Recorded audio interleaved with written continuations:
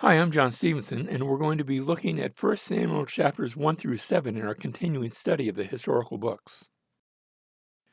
1 Samuel chapter 1, verse 1. Now there was a certain man from Ramathim Zophim, from the hill country of Ephraim. Ephraim, remember, that's located sort of centrally in Canaan. And his name was Elkanah, the son of Jeroham, the son of Elihu, the son of Tohu, the son of Zuph. And of course, they're all from Ephraim, so he's an Ephraimite. So here's Elkanah. He's the first introduced, and we're going to find out, verse 2, he had two wives. The name of the one was Hannah, and the name of the other Peninnah. And Peninnah had children, but Hannah had no children. So here we have the problem. Remember, every story has to have a problem. That the problem is going to focus on Hannah and her lack of any children. Now, Judges chapter 13 and verse 2, when we were first being introduced to not Samson himself, but his parents, had started out, there was a certain man of Zorah of the family of the Danites. It started off almost the same way. Now, there was a certain man from Ramathaim, Zophim, from the hill country of Ephraim. In Judges, we'd seen whose name was Manoah here, and his name was Elkanah. In Judges 13, his wife was barren and had borne no children, which led to eventually the birth of Samson. Here, but Hannah had no children, which is going to lead to the birth of Samuel. Now, what happens is Hannah goes to not to the temple, because the temple hadn't been built yet. She goes to the tabernacle. But notice how it's pictured here. Now, this is just an artist's conception. The tabernacle had been in the same place now for, by this time, hundreds of years. And you know what happens to a temporary dwelling when it stays in the same place for a long time? It becomes permanent.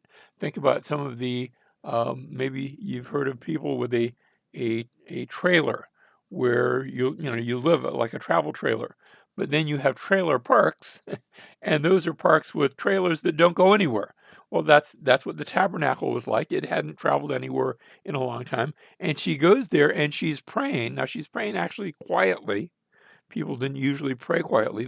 I think that might be a modern thing, but she did. And the high priest sees her. His name is Eli, and he sees her, and her lips are moving, but she's not saying anything. He figures she must be drunk, and he starts to chew her out, and she explains, no, I was praying, and she was praying for a child because she's barren, and now her prayer is going to be answered. God has heard her prayer, and so she prays. God hears, and he is named Samuel. Shema is the word to hear. Think about what our Jewish friends call the Shema, Hear, O Israel. And then El is short for Elohim. That's the word for God. So God hears, and that's his name. And Samuel is born. Now we continue chapter 2, verse 11. Then Elkanah went to his home at Ramah, but the boy Samuel he's born, and once he's weaned, once he's able to sort of be on his own apart from his mother, she gives him to Eli the priest to be his servant and maybe sort of like an adopted son. He's already got sons, and they're older, but this is going to be a servant slash son. She's giving him back to the Lord. Now, Hannah's song, and in chapter 2 we see a song about this. It starts off, my heart exalts in the Lord, my horn is exalted in the Lord.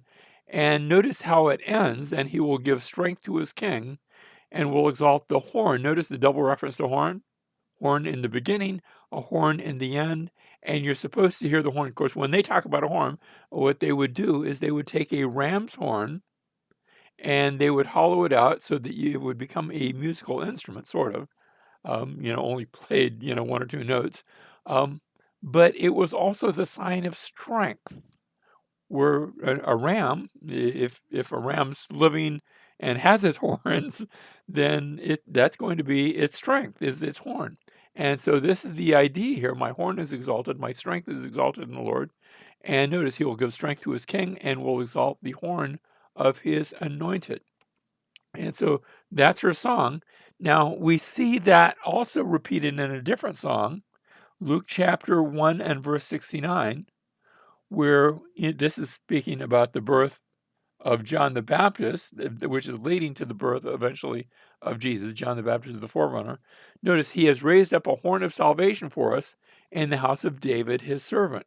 Now, when Luke has both Elizabeth and Mary, and eventually there's Zechariah too, they're all part of that story in Luke chapter 1.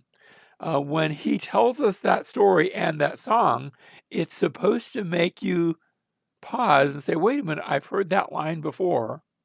And it's to remind you of Hannah's song, which is paralleled by another song also in Luke chapter 1. And what I'm talking about here is the Song of Mary. You have the Song of Hannah here in 1 Samuel chapter 2, the Song of Mary in Luke chapter 1, verses 46 and 47. Notice how it begins, my heart exalts the Lord. Mary's song begins the same way, my soul exalts the Lord. In 1 Samuel 2, there is no one holy like the Lord. Indeed, there is no one besides him. In Mary's song, for the mighty one has done great things for me, and holy is his name. Now, it's not word for word the same, but there are elements enough. Once you start looking, you're supposed to hear the similarities. We continue. The Song of Hannah. Boast no more very proudly. Do not let arrogance come out of your mouth, for the Lord is a God of knowledge, and with him actions are weighed. Notice the reference to pride and also the reference to actions. Here in the Song of Mary, he has done mighty deeds, or actions, we could say, with his arm. He has scattered those who were proud in the thoughts of their heart. I want you to capture how these ideas are germinating back and forth. Song of Hannah continues, the bows of the mighty are shattered, but the feeble gird on strength. Here in the Song of Mary, he has brought down rulers, those are the mighty ones, from their throne, and has exalted those who were humble. We could note that feeble and humble are sort of alike. Next, we go to the Song of Hannah. The Lord makes poor and rich. He brings low. He also exalts. The Song of Mary. He has filled the hungry, that's the poor, with good things, and has sent the rich empty-handed.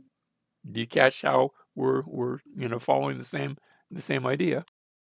And finally, he will give strength to his king and exalt the horn of his anointed.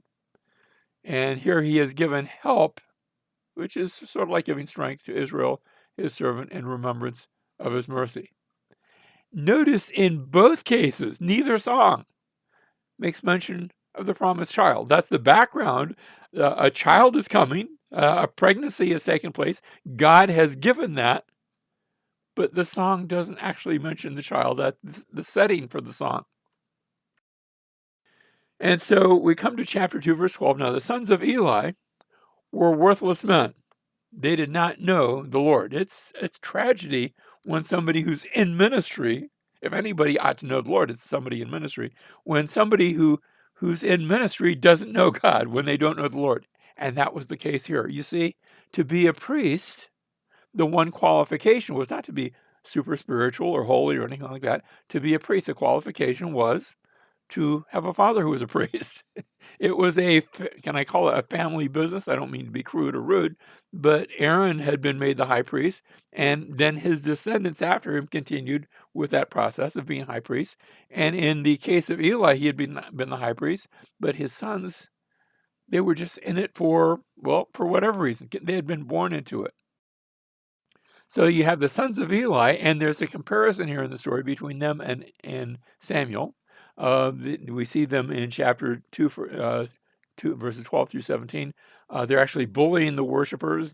People come to worship God, and they're just like, well, here, give me that, and I'm going to use that offering for myself.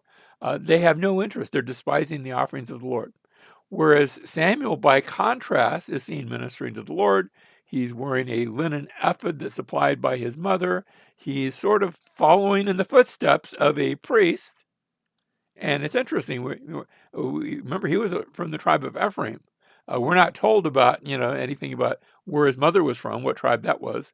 But here he is being adopted, and we're going to see him serving as a priest, but he's not from that family, but he's been adopted now by Eli. In the case of the sons of Eli, they're seducing female worshipers in the tabernacle. I mean, right? They're blatant about it. Samuel, by contrast, his parents are blessed and given more children.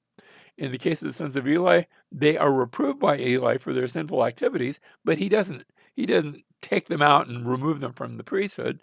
He speaks to them, he chastises them, but they continue unabated. And in the case of Samuel, we read in chapter 2, verse 26, he's growing in stature and in favor with the Lord and with men. Sort of reminds me of a description of somebody else who grew in stature and favor with God and men in the New Testament. And so here we are, still at the tabernacle. It looks an awful lot like a temple, but it's still a tabernacle. And now God calls, and he calls Samuel.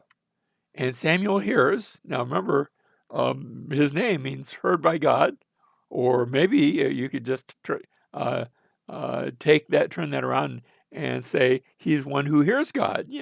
Same words, the same name.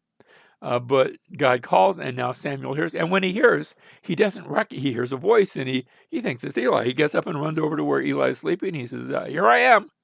And Eli says, "What do you mean? I didn't call you." And so, "Oh, I'll go back to bed. Must have been a dream or something." And God calls again, and he jumps up and again, "Here I am." And Eli now puts this together, and Eli says, "Next time you hear that voice call, you just answer it. You don't have to come here and see me."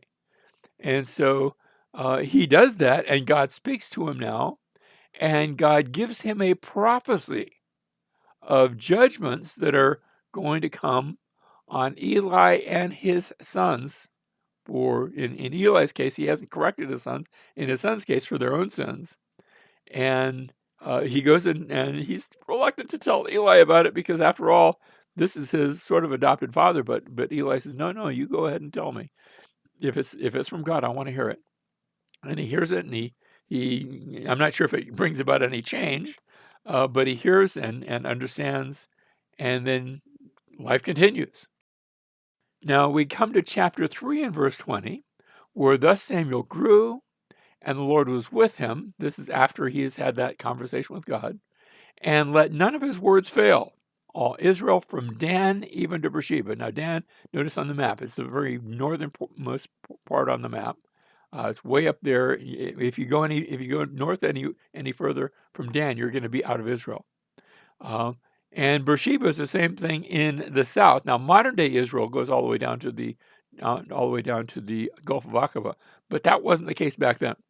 So all Israel from Dan even to Beersheba, that was the confines of the land of Israel. They knew that Samuel was confirmed as a prophet of the Lord. So word gets out that Samuel is a prophet, growing up in a priestly family, but he is a prophet. And so chapter 4, verse 1, thus the word of Samuel came to all Israel. Now Israel went out to meet the Philistines in battle and camped beside Ebenezer. We're going to find more about Ebenezer and why it's called that, while the Philistines camped in Aphek. Now, the Philistines we've met before back in the book of Judges. They were a folk that had come in from the outside. Most scholars believe they had started somewhere in the Aegean, known as the Sea Peoples. They had tried to enter Egypt, and they had been stopped by Ramses III. But then they settled and also integrated with some of the folks that were already there along the coast of southwestern Canaan. And so they're there along the coast. They've got 5 major cities that are Philistine cities. The names of those cities, some of them are I think Indo-European probably, and then some are Semitic. So again, even the names of the cities reflect the composite nature of the Philistines, where they've intermarried with folks that are living there, and they've sort of become their own people now. And what happens is they're going to war, and in this war, the Israelites have been watching too many Indiana Jones movies, and they decide to take with them the Ark of the Covenant, thinking that will be a good luck charm and will give them victory. And it doesn't happen. The outcome is not at all what they expected. Not only do they lose the battle, but they lose the Ark. And so now we read chapter 5, verse 1, the Philistines took the ark of God and brought it from Ebenezer, where the battle had taken place.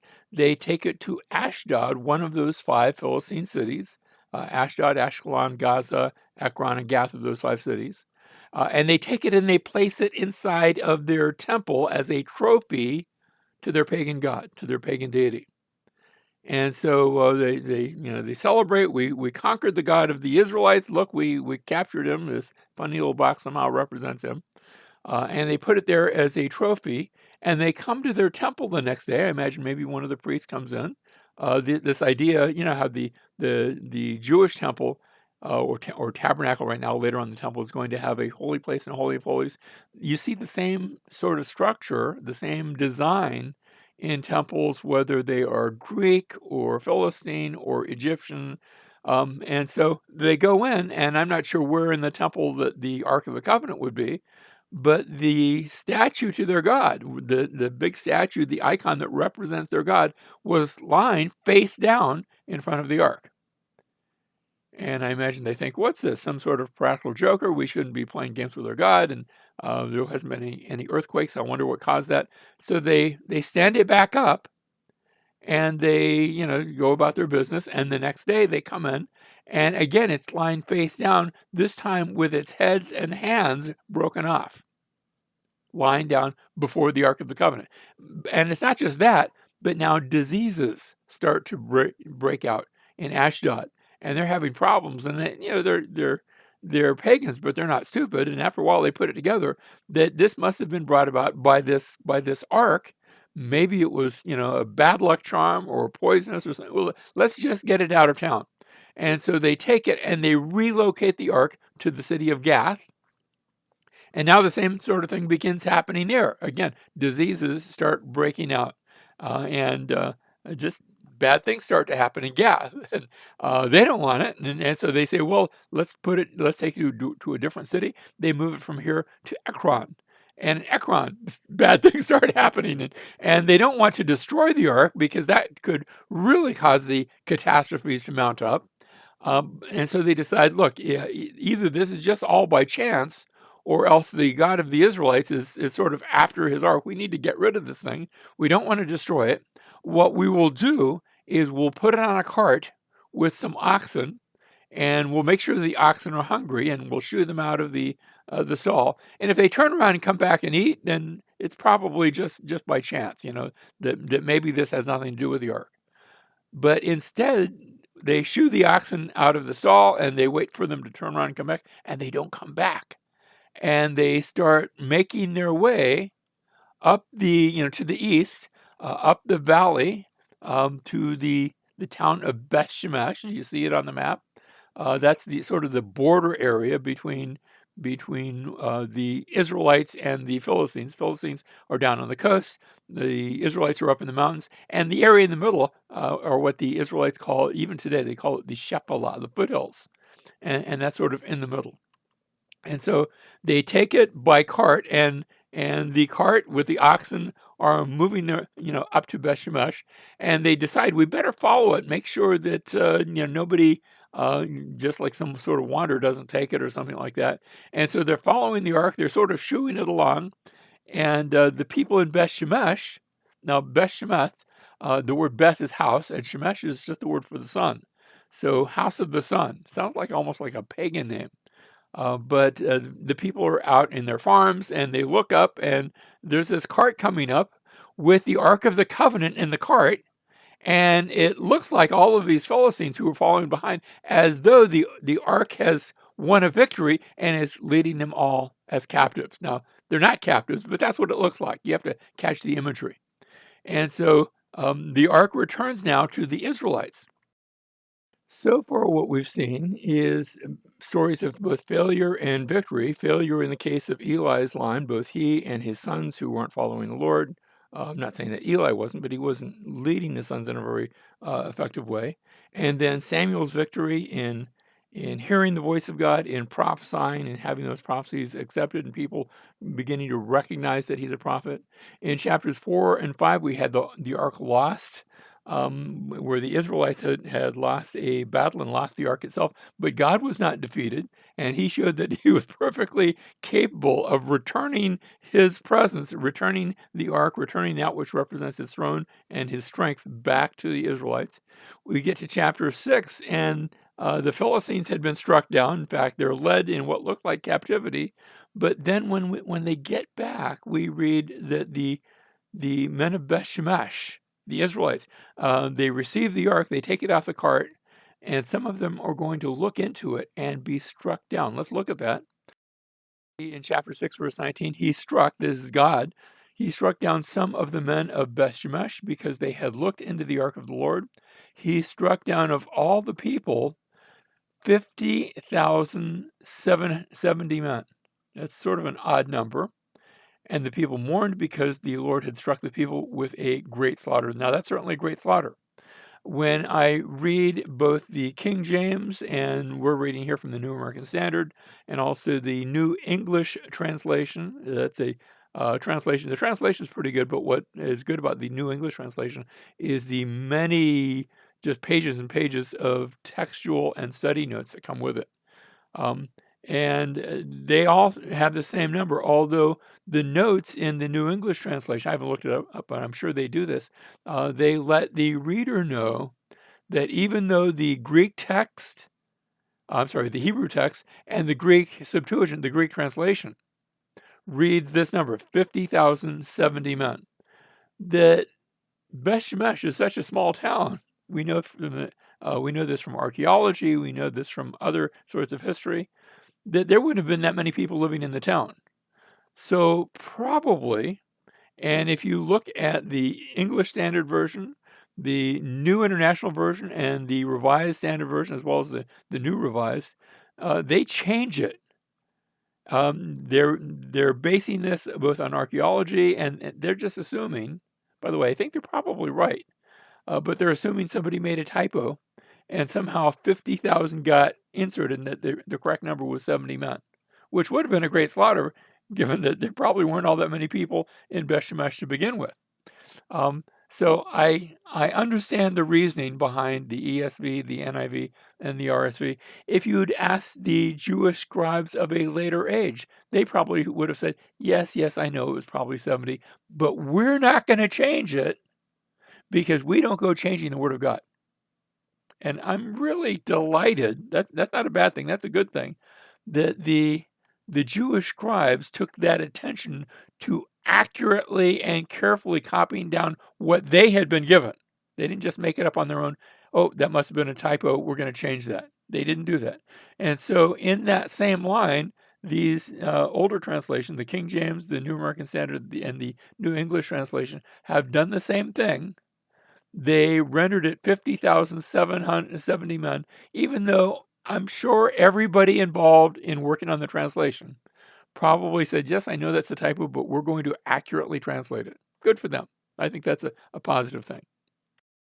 Now, we come to chapter 7 now, and verse 6, where the people, they gather to Mizpah. Mizpah is located up in the mountains of Ephraim. We're going to see that Mizpah play a part later on. And drew water and poured it out before the Lord, and fasted on that day, and said there, we have sinned against the Lord. And Samuel judged the sons of Israel at Mizpah. Now when the Philistines heard that the sons of Israel had gathered to Mizpah, the lords of the Philistines went up against Israel. This is probably the similar area where they had captured the ark, a place called Ebenezer, and that's pretty close to Mizpah. It's up there in the mountains. And the lords of the Philistines went up against Israel, and when the sons of Israel heard it, they were afraid of the Philistines. After all, last time they fought the Philistines, they had the ark, quote unquote, on their side. The ark still hasn't been returned to this location. It's moved around a few places. Now it's in Israelite territory. But taking the ark is no guarantee of victory, and now they're very afraid because the Philistines are big and strong, and they have, we're going to find out later, they have a technological advantage, and the people of Israel are just like behind the times. And so here come the Philistines. Samuel was offering up the burnt offering, and the Philistines drew near to the battle against Israel. But the Lord thundered with a great thunder on that day against the Philistines and confused them so that they were routed before Israel. Doesn't even sound like the battle has taken place. Um, Samuel is just worshiping the Lord. He hasn't turned around and said, "Oh, we have to cancel church service because here come the Philistines." No, we're going to put God first, and because of this, God goes out and gives them the victory. And so here they are routed before Israel. And we read that the men of Israel went out of Mizpah and pursued the Philistines and struck them down as far as below Beth-car. I'm not sure where Beth-car is, but somewhere on the way back, they chased them all the way back home. Now, verse 12, then Samuel took a stone and set it between Mizpah and Shen and named it Ebenezer. Remember how the former defeat of the Israelites had taken place at a place called Ebenezer. Now we're finding out how it got its name. It might not have been called that earlier. I suspect that was the case. But now it gets its name. So Ebenezer. And the term Ebenezer, first of all, the word stone is Eben. And Ebenezer, you can hear the Eben part, the stone. And so the stone of help, saying, thus far the Lord has helped us. So an Azar is to help. So an Eben Azar, the stone of help. Verse 13, so the Philistines were subdued, and they did not come any more within the border of Israel, at least for the time being.